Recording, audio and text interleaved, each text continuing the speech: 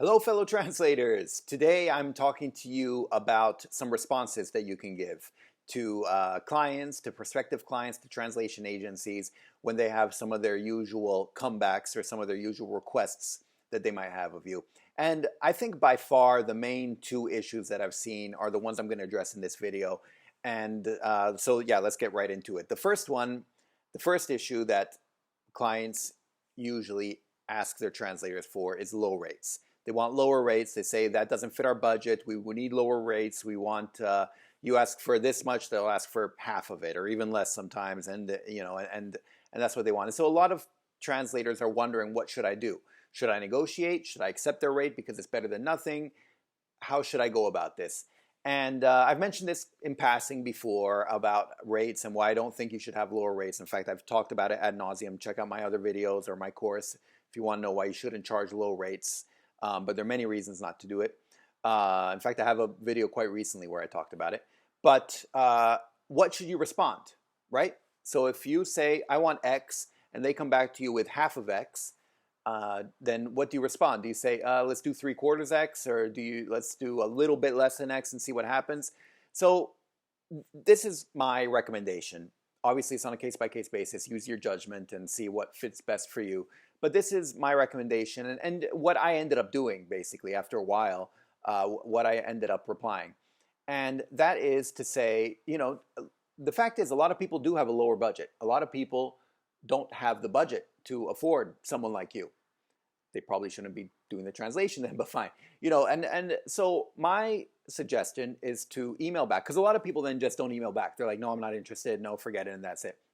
I was like, look, if you're not going to get the job anyway, you might as well email back. You have nothing to lose. Don't be snarky or snooty to them. Like, don't be mean, because you don't want to burn any bridges. But you might as well give a response, because why not? So the response I usually recommend is say, oh, I fully understand. You have a limited budget or anything like that.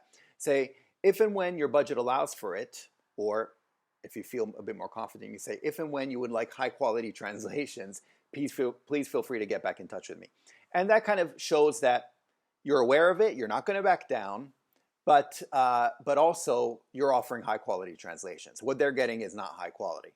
So just say, look, if and when you would like translations of a higher caliber, of my caliber, or high quality, or whatever it might be, then you can come up with your own wording, whatever you feel comfortable with. Then please feel free to let me know. So that's why it's polite, respectful, but also shows that you're not taking any crap. And I think, in fact, that's what I ended up doing when people would offer me these low rates. Even if I know they won't accept, a higher rate, I'd email that back, and I've, just to be firm and say no, that's not my rate, and so but not to have to be mean about it. Be like, no, I'm not doing that rate. No, I can just say, oh, I understand. If and when you feel ready to pay quality rates, or rates for people of my quality, then please feel free to get back in touch. And so, yeah, I recommend doing something like that. I think it's simple. I think it's short. I think it's sweet. And I think it's to the point. And I think it shows that you're a serious translator. Obviously, your translations should be high quality. I mean, that goes without saying. But as long as you're doing good translations, then there's no reason to back down for stuff like that. And I don't think it's worth it to try to negotiate, especially if they come up with one of those really low things. If they're off by a cent or two, and there's some wiggle room, and then you can figure something out, then fine. But yeah, those that want 50% or less of your rate, then that will be my standard response. Just send it and then forget it. Chances are 9 times out of 10, 8 times out of 10, you won't hear back, but you never know. If and when they actually do need something high quality because they have a big client and they need something, then they'll remember the fact that, oh, this person's high quality. So anyway, that's just my recommendation for that. The second email that a lot of people receive, and receive this all the time, is about dividing up translations. And they'll say, I have a huge file, but it's due in 3 days, so I need to divide it up among a bunch of translators. Are you available to do it?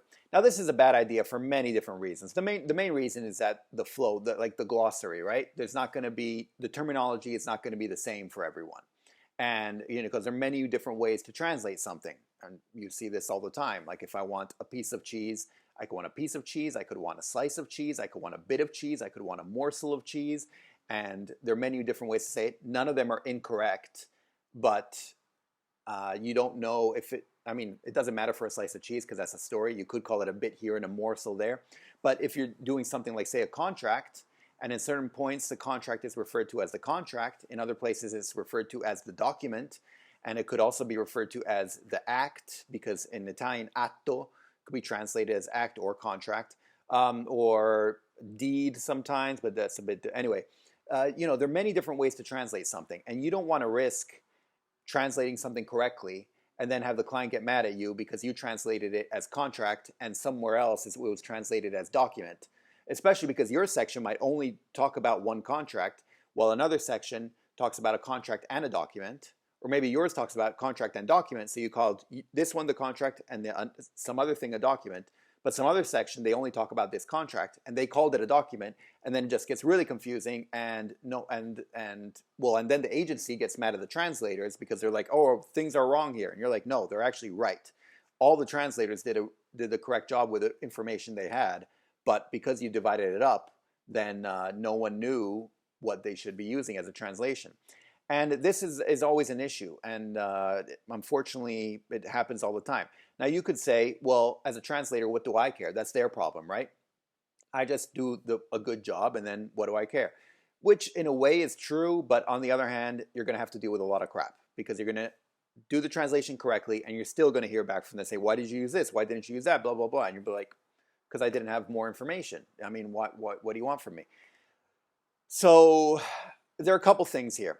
So a lot of people just refuse to do these jobs, and they'll just say, you should, then they'll write back to the agency, you shouldn't do this. And in fact, I think I've done that a couple of times. I'll write back to the agency, say, no, I won't do this, and it'll be a mess because it'll be a bunch of people, which is all true.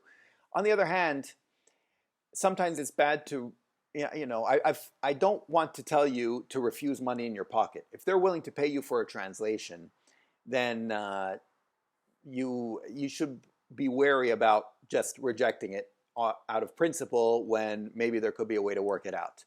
I'm not saying there's definitely a way to work it out, but hear me out. So my recommendation here is usually, first of all, to ask about a glossary. Say, do you have a glossary? Because that can always help. If they have a glossary, this should be translated like this should be translated like that, then it helps a lot. And it helps about 80% of all the issues you could have with something like that. They might not, or they might say we're going to build one based on the translations, but that's still a mess because everyone's working on their section at the same time.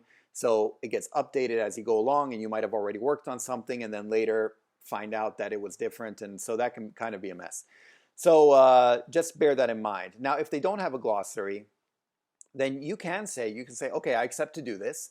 But you can add a sentence, and just in the email that you say, okay, that sounds fine, or I accept to do this, or I'll have this done. And then you can add a sentence, say, by the way, due to the fact that there's no glossary or equivalent, then why you can write something like, while all my translations will be correct, I cannot guarantee that they will conform to everybody else's translation.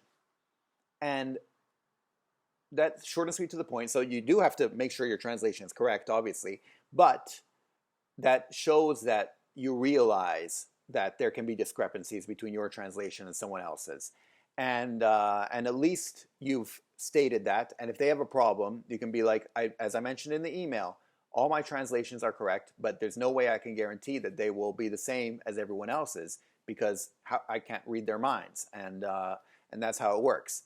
So I think just adding that email helps also because it makes them realize that you know.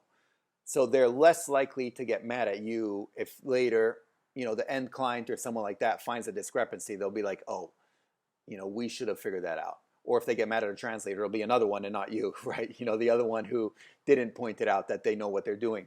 And I think that's exactly it. It shows that you know what you're doing. And that way you can still accept it.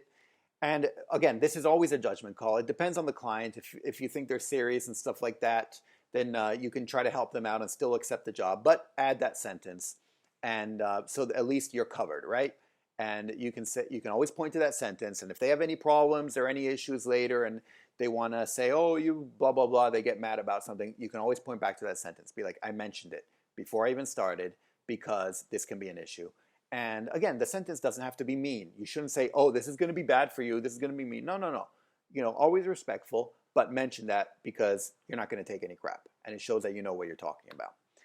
And yeah, that's basically it. And I just wanted to bring these two up because these are two issues that always come up with clients. And so I think it's good to have a standard response to stuff like that and a way to deal with it. You can tweak it or you can disagree. You can come up with something completely different, and maybe, or you can tell me that I totally disagree with what you're saying. It's totally wrong. And that's fine. Please let me know if you do, because I'm always curious to hear.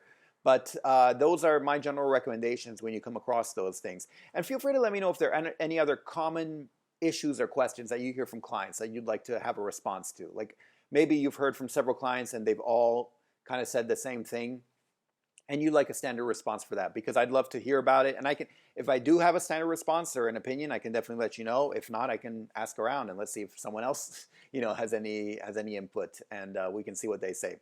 But anyway, regardless, that's pretty much it. Hopefully you can find these useful and you can use them in the future when dealing with clients, with agencies, with prospective clients. Otherwise, I will talk to you next time. Okay, thanks. Bye. Savidum.